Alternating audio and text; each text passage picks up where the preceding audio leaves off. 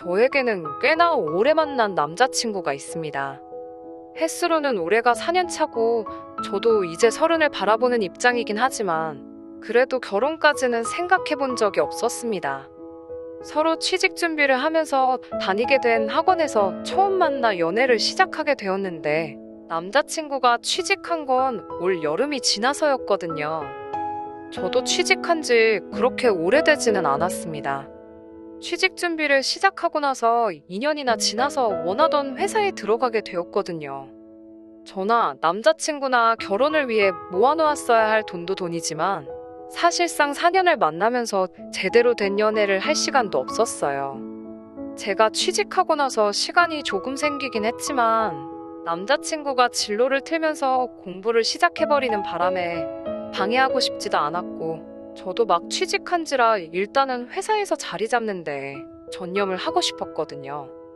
올여름에 남자친구 취직하면서 이제 연애다운 연애를 하는 건가 싶더니 이렇게 뒤통수를 맞을 줄은 몰랐었네요. 그래도 취직 전에는 저라면 꿈뻑 죽는 사람이 남자친구였고 심지어 남자친구 어머니마저 저를 며느리라고 부를 정도로 어쩔 때는 남자친구보다 더 심하게 꿈뻑 죽는 분이셨거든요. 사람이라는 게 이렇게 손바닥 뒤집듯이 돌변할 수 있다는 걸 이번 기회에 알게 되었습니다. 어디서부터 시작해야 할지 막막하니 간단하게 넘어갈 것들은 간단하게 넘어가겠습니다. 자랑할 소리는 아니지만 제가 수능을 망쳐서 재수를 하게 되었고 재수를 했는데도 결과가 좋지 못해서 원하던 학교에 들어가지 못했어요. 삼수를 하자니 엄두가 안 나서 그냥 그 중에서도 좋은 대학교로 골라서 간 건데 뭔가 아니다 싶고 아쉽고 후회가 남는 부분이 많았었습니다. 그래서 3학년이 되는 해에 편입을 하게 되었고 결국 최초에 지망했던 대학교에 들어가 졸업장을 따오게 되었습니다. 남들 하는 공부를 저는 몇 년을 더한 셈이었는데 막상 대학 졸업하면 곧바로 취직이 될 줄 알았더니 취직하는데도 필요한 게 얼마나 많은지 정말 제 인생은 공부의 연속이었습니다. 아무튼 취직 준비하러 들어간 학원에서 그때 남자친구를 처음 알게 되었고 어쩌다 보니 연애를 시작하게 되었습니다. 취직 준비한다고 서로 심적으로 많이 힘들 때였는데 그때는 어느 정도 위로가 되었네요. 그런데 남자친구는 취직 준비는 뒷전이었고 저랑 너무 놀러 다니고 싶어 하더라고요. 데이트는 취직하고 시작해도 늦지 않은 게 아니냐 했는데 남자친구가 자랑처럼 자기 아버지 자랑을 늘어놓으면서 자기는 사실 낙하산으로 취직 자리가 정해져 있다고 하더라고요. 아버지가 과거 공직에서 소위들 말하는 방구 좀 끼시는 분이셨다는데 은퇴하신 지금도 입김이 닿는 곳이 많아서 자기는 취직 걱정을 할 필요가 없다고 하더라고요. 그러면 학원은 왜 다닌 거냐 물었더니 그래도 남들 가진 만큼 기본적인 바탕은 해놓아야지 나중에 소리가 덜 나온다고 필요한 점수만 따려고 학원을 등록했다는 겁니다. 저는 백도 없으니 오롯이 제 실력으로만 취직을 해야 했어서 그랬나? 남자친구가 부럽다는 생각이 들었습니다. 하지만 남자친구 취직이 결정된 상황이나 마찬가지라고 해도 그게 제가 남자친구 장단에 맞춰서 놀러 다닐 필요는 없잖아요. 그래서 저는 같이 만나서 공부할 게 아니면 지금 취직 준비하는 동안에 데이트는 나한테 사치인 것 같다고 하고 저는 제 나름의 준비를 했습니다. 남자친구는 몇 달 뒤에 예정돼 있던 회사에 취직을 하게 되었습니다. 대기업까진 아니지만 그래도 업계에서 꽤나 유명한 회사에 들어갔어요. 낙하산은 취직을 어떻게 하는가 궁금했는데 보니까 인터넷에 나름대로 구인 공고도 올라오고 본격적인 부분이 있더라고요. 그런데 구인 공고를 보니 월급도 150만 원으로 별 볼 일 없고 정직원도 아니고 1년 단기 계약직 채용 공고였습니다. 남자친구가 혹시 취업 사기를 당한 게 아닌가 마음에 걸려서 물어봤더니 원래 낙하산으로 사람 뽑을 때는 당연히 그렇게 하는 게 아니겠냐고 하더라고요. 임시직으로 하나 만들어 놓고 정직원으로 전환을 시켜주는 게 그림에 맞지 않겠냐면서요. 어차피 뽑을 거면 뭐하러 그렇게 불편하게 하나 싶은 마음도 있었지만 그게 관례라고 하니 그냥 그러려니 했습니다. 이러나 저러나 어쨌든 남자친구가 출근하게 된 건 사실이었고 저는 백이 없으니 원래 그렇다는데 믿는 것 말고는 할 게 없었으니 말이죠. 남자친구는 취직했다고 그 적은 월급도 월급이라고 저한테 선물도 사다 주고 꽤나 헌신적으로 저한테 잘했습니다. 저는 예상했던 것보다 취직하는데 어려움을 겪고 있어서 마음이 많이 힘들던 시기였는데 그래도 저한테 저렇게 잘하는 모습을 보니 많은 위안이 되었어요. 그렇게 저는 1년을 더 취직 준비를 해서 결국 원하던 회사에 들어가게 되었습니다. 거의 2년을 준비했던 취직이기에 합격 통보를 받았을 때는 눈물이 다 나올 정도로 기뻤습니다. 그런데 기뻐하지 못하는 사람이 있었으니 남자친구였습니다. 예정대로라면 남자친구는 단기 계약직이 끝나면서 말한 대로 정직원으로 전환 채용이 되었어야 하는데 정직원 전환은커녕 단기 계약직 연장도 안 돼서 다시 백수가 돼버리고 말았던 거예요. 아버지 빽이 대단하다고 노래를 했는데 생각보다 끝발이 안 좋나 하는 생각을 하게 되었습니다. 그게 아니라면 남자친구가 정말 정직원으로 쓰기에는 형편없는 사람이라는 말이나 마찬가지인데 그렇게까지는 생각하고 싶지 않았어요. 남자친구도 막상 정직원 전환이 되지 않고 다시 구인시장에 나오게 되니 많이 혼란스러워 보였습니다. 입으로는 아버지가 어떻게든 해주실 거라고 걱정이 없다고 했지만 나름 스트레스를 많이 받아 하는 게 느껴졌어요. 남자친구 입장에서는 아무리 실무 경험을 쌓았다고 한들 취직 준비에 쏟을 수 있는 1년을 아르바이트 하는 것보다 못한 월급을 받으며 허송세월을 보낸 거나 마찬가지잖아요. 거기에 이제 신입으로 지원하기에는 30 나이가 기업 입장에서는 조금 부담스러울 수도 있는 나이였으니 말이지요. 그런데 난데없이 남자친구가 회사 일은 나한테 맞지 않는 것 같다 말하며 7급 공무원 시험을 준비하게 되었다는 소식을 전해왔습니다. 안정적이긴 하지만 요즘 공무원에 대한 인식이 예전 같지는 않잖아요. 이왕이면 전공 살려서 회사 들어가는 게 좋지 않겠냐고 제 생각을 말했더니 남자친구가 또 아버지 이야기를 꺼내면서 아버지 인맥을 활용하려면 기업보다는 공무원이 맞는 것 같다고 어느 곳이든 일단 합격만 하면 자기 끌어줄 사람이 있으니 기어코 공무원 준비를 하겠다고 들더라고요. 솔직히 한 번 실패한 전적이 있어서 남자친구가 아버지에 대해서 큰 믿음은 가지 않았습니다. 거기에 공무원이 자기가 되겠다고 되는 게 아니고 시험을 쳐야 하는 건데 7급이면 못해도 3년은 준비해야 한다는 걸로 알고 있었거든요. 그렇다고 제가 남자친구랑 헤어지겠다고 한 건 아니었습니다. 입장 바꿔 생각해보면 당장 제가 직장이 생겼다고 해도 취직 준비하는 동안 많은 위로가 되고 제 고집 들어준다고 데이트도 몇 번 안 했는데도 불만 한 번 말하지 않고 저를 기다려준 사람인데 내가 취직이 되었다고 해서 백수가 된 남자친구를 저버리는 건 도리에 맞지 않다고 생각했거든요. 그런 속물 같은 사람이 되고 싶지도 않았고요. 그래서 이왕 결심한 거 제가 믿어주고 응원해주기로 했습니다. 그리고 그때 남자친구 어머니를 처음 만나게 되었지요. 남자친구가 그 당시에 노량진 근처에서 자취를 하고 있었는데 고시원에서 지낸 건 아니고 번듯한 원룸에서 지내고 있었어요. 감시하는 사람이 없어서 그런가 학원은 잘 나갔는지 모르겠는데 집에서 따로 더 공부를 하는 것처럼 보이진 않더라고요. 그래서 한 소리 하려고 찾아갔다가 아들 밥 챙겨준다고 반찬 전해주러 오신 어머니를 우연찮게 남자친구 집 앞에서 맞닥뜨리게 되었습니다.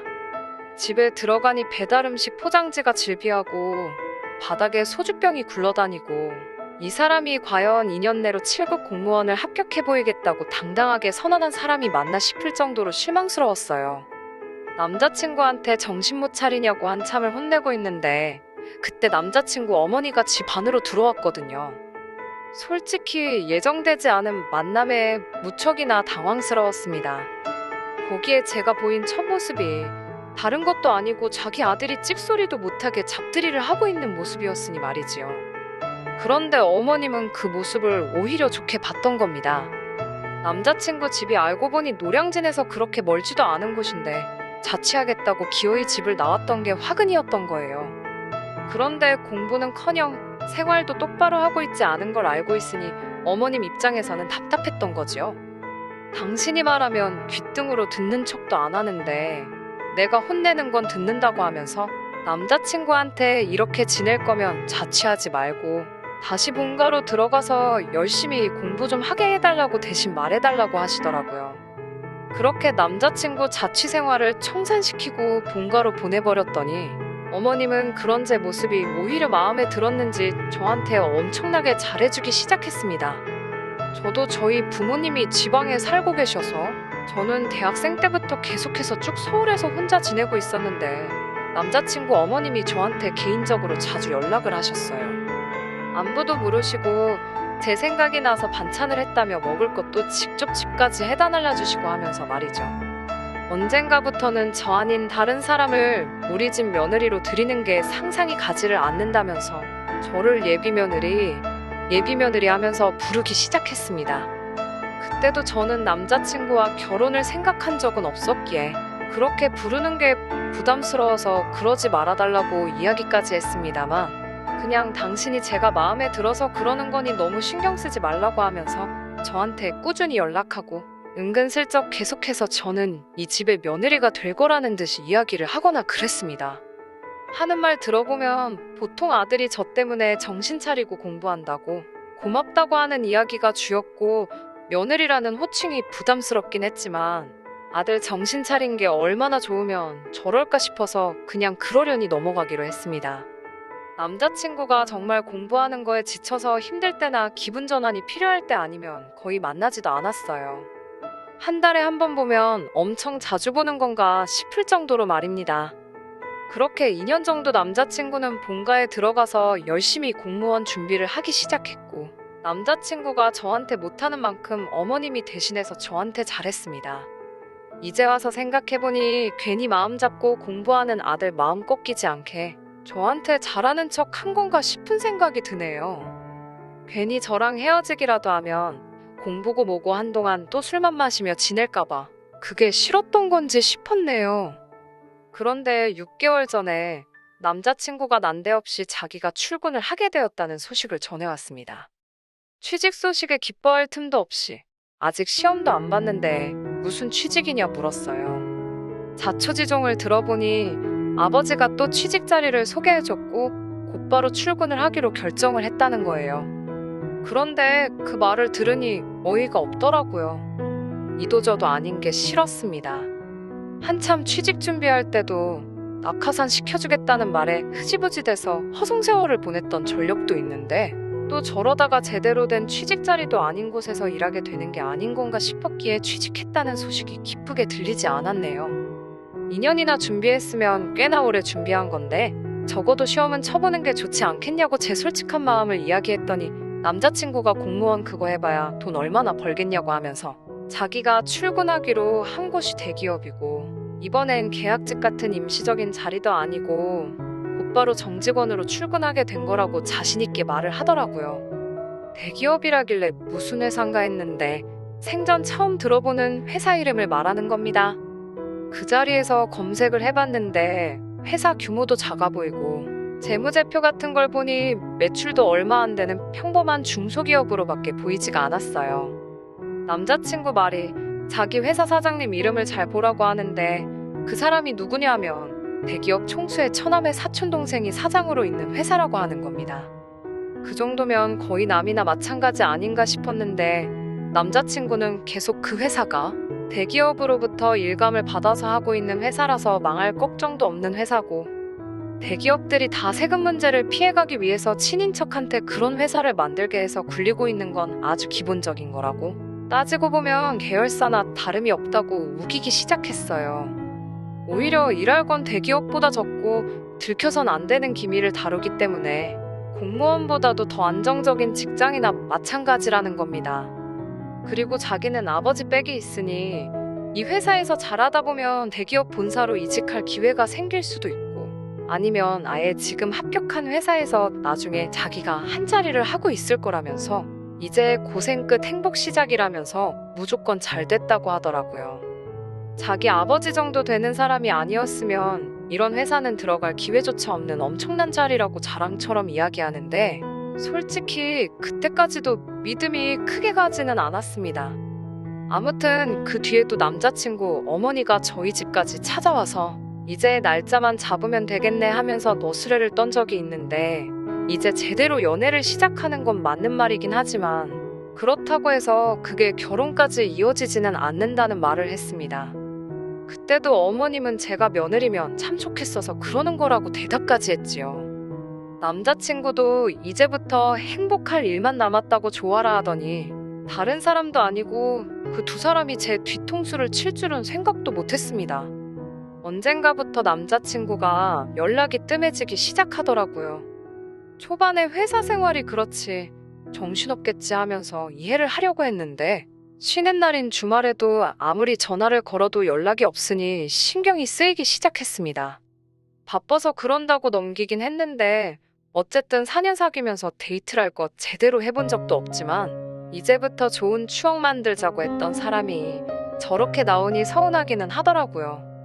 그리고 그동안 못해도 2주에 한 번씩은 저희 집까지 찾아와서 냉장고 채워주고 가던 남자친구 어머니한테서도 연락이 더 이상 오지 않았습니다.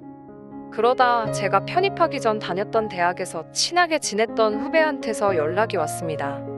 자기가 부모님 통해서 선자리가 들어왔는데 아무래도 상대방이 제 남자친구인 것 같다는 말도 안 되는 소식과 함께 말이지요. 말도 안 되는 소리 말라고 했는데 진짜였어요. 선은 이미 받고 남자친구가 끈덕지게 제 후배한테 애프터를 청하고 있었습니다.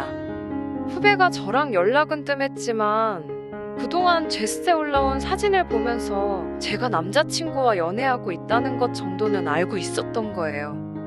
그런데 선자리에 나온 상대가 제 남자친구였으니 이걸 말해야 하나 말아야 하나 하다가 고민 끝에 알려주게 되었던 겁니다. 남자친구가 연락이 뜸해진 것도 그동안 저한테 반창거리며 거의 주말마다 제가 사는 집까지 찾아와서 우리 며느리는 저밖에 없다던 남자친구 어머니가 코빼기도 안 보이게 된 이유가 뭔지 대번에 알겠더라고요. 아들이 취직이 되었다고 선자리를 알아보러 다녔던 겁니다. 내가 며느리였으면 좋겠다고 노래를 부르고 이제 취직했으니 행복하게 해준다고 할 때는 언제고 저도 결혼 생각을 한 번도 한 적이 없고 그 사실을 대놓고 남자친구 어머니나 남자친구 앞에서 말을 하긴 했던 저이지만 아무리 생각해도 우라가 치밀어 오르더군요. 제가 결혼 생각이 없다 했으니 충분히 맞선을 볼 수도 있지만 그 전에 어쨌든 저한테 말을 하던가 저랑 정리를 하는 게 당연한 순서가 아닌가 싶었어요. 그런 생각이 드니까 연애를 접는 건 당연한 일이고 이걸 이대로 넘겨버려선 안 되겠다는 생각이 들더군요. 그래서 후배한테 저 좀 도와달라고 부탁을 했습니다. 달리할 건 없고 남자친구한테 관심 있는 척 몇 번 만나만 달라고요. 후배도 어쨌든 부모님 통해서 선자리 들어온 사람이 이니도 저버리는 짐승자식이란 걸 알고 나니 저를 흔쾌히 도와주겠다고 나서더군요.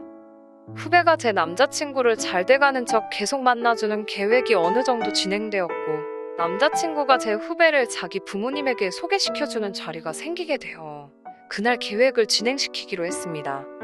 후배는 사정이 생겨서 약속 시간이 닥쳐서 남자친구에게 30분 정도 늦는다는 연락을 하라고 했고 저는 약속 장소에 같은 시간에 우연찮게 가게 되는 식으로 같은 장소에 나타나기로 했습니다. 부모님과 함께 있는 자리에 제가 우연찮게 그 장소에 나타나니 제가 예상했던 대로 남자친구와 남자친구 어머니가 동시에 엄청나게 당황을 하더군요. 요즘 연락도 통 없고 얼굴 보기 힘들다고 너스레를 떨면서 마침 저도 만나기로 한 사람과 약속이 취소되어 시간이 붕 뜨는 상황인데 이렇게 만난 것도 우연인데 오랜만에 같이 식사나 하자고 태연스럽게 자리에 앉았습니다. 예비 며느리라고 그렇게 부르실 땐 언제고 온 가족이 모여서 식사를 하는데 어떻게 저를 초대를 안 하실 수 있느냐 능청스럽게 물으니 당혹감에 아무 말도 잊지 못하고 쩔쩔매고 있는 꼴을 보니 벌써부터 속이 후련했습니다. 가족끼리 중요한 자리라서 저보고 빠져달라고 하길래 어머님한테는 제가 벌써 한 가족이나 마찬가지 아니었냐고 자리를 지켰지요. 남자친구가 핸드폰을 만지작대면서 식당 입구 쪽을 번갈아 가면서 보는 게 왜 그러는지 딱 알겠더라고요. 남자친구한테 후배 이름을 대면서 혹시 기다리느라 그러는 거면 걱정 말라고 이제 두 번 다시 만날 일은 없을 거라고 해줬습니다. 그제서야 제가 무슨 수라도 썼다고 생각했는지 본성을 보이기 시작하더군요. 남자친구 어머니가 아들 혼사기를 망치네 만에 따지길래 아들 자식 변변찮은 직장도 없던 시절에는 며느리는 나밖에 없다고 하더니 뒤로는 이렇게 호박씨를 까는 게 맞냐고 되물었어요. 4년이라는 긴 세월을 남자친구 여자친구 사이로 지내오긴 했지만 솔직하게 제대로 연애한 것도 아닌데 아쉬울 게 뭐 있냐고. 욕짓거리나 시원하게 해주고 남자친구와 남자친구 부모님한테 인생 그렇게 살지 말라고 한마디 해주고 왔습니다. 애초에 실망을 많이 했어서 그런가 아쉬움이 크거나 상처가 되거나 하지도 않았어요. 길게 만난 기간에 비해 오히려 둘 사이에 아무 일도 없었다는 게 참 다행이다 싶더라고요. 그리고 나서 그제서야 어머님하고 같이 해서 저를 찾아오더라고요. 처음에는 저한테 거짓말을 하더라고요. 그냥 부모님끼리 아는 사이다 보니 한두 번 만나본 게 전부라고 하면서 체면이 있으니 못 만난다고 하지는 못하고 그날 인사만 하고 두 번 다시 안 만날 생각이었다고 하더라고요. 이 상황까지 와서도 뻔뻔하게 거짓말을 하고 있는 꼴을 보니 말문이 막히더라고요. 그래서 솔직하게 다 말해줬습니다. 네가 선본 그 여자 사실 나랑 아주 친한 후배였다고. 그날 그 자리까지 가게 된 것도 솔직히 전부 다 내 계획이었다고요. 더 이상 변명할 구석이 없어지니 남자친구가 어머님이랑 합심해서 오히려 적반하장으로 나오기 시작했습니다. 여자 나이 30이면 너도 시집은 다 간 거라며 자기랑 다시 만나는 거 말고 저한테 선택지나 있을 줄 아냐고 하더라고요. 이젠 하다 안 되니 아주 말도 안 되는 소리를 하고 있길래 어디 한 번 더 떠들어봐라 하고 이야기 좀 들어줬습니다. 자기가 집안이 되고 능력이 되니 남자는 당연히 한 살이라도 더 어린 여자를 만나는 게 당연한 거 아니겠냐고요. 어처구니 없는 소리에 네가 무슨 집안이 되고 능력이 되냐고. 기껏해야 33살의 중소기업 겨우 들어가 놓고 대기업이나 마찬가지라고 자기 체면이나 걸고 있는 놈이 꼴에 무슨 능력이냐고 한마디 해줬습니다. 내 나이 30에 지금부터 새로운 사람 만나서 결혼하는 게 빠를지 33살에 이제 겨우 중소기업 들어가서 빌빌거리는 네가 장가가는 게 빠를지 한번 내기해보겠냐고 했지요. 맞선을 본 게 내 후배 한 명만은 아닌 것 같고 잘 돼가는 것 같으니까 걔한테 올인을 했나 본데 그마저도 잘 안 풀리니 똥줄이 타서 내 마음 돌리려고 찾아온 거 아니냐고 말했더니 꼼짝도 못하고 아무 말 못하더군요. 애초에 생각이 글러먹은 집구석이니 이렇게 헤어지게 된 게 아쉽지는 않습니다. 단 하나 아쉬운 게 있다면 그 더러운 본성을 모르고 4년의 시간을 보내버린 게 아쉬울 따름이에요. 적어도 마지막에 두 얼굴을 가진 남자친구 어머니와 주제 파악도 못하는 남자친구 한 방 먹여줬기에 그거 하나로 위안 삼으려고 합니다. 평생 공직에 계셨다는 끝발도 없는 아버지 믿고 사돈의 팔촌인지 대기업 회장 끈앞풀인지 하는 사장 밑에서 푼돈 받고 일하면서 그렇게 자기는 나은 놈이다 생각하고 착각 속에 살아갔으면 좋겠네요. 이미 정신 차리고 살기에는 늦은 건지도 모르겠지만요.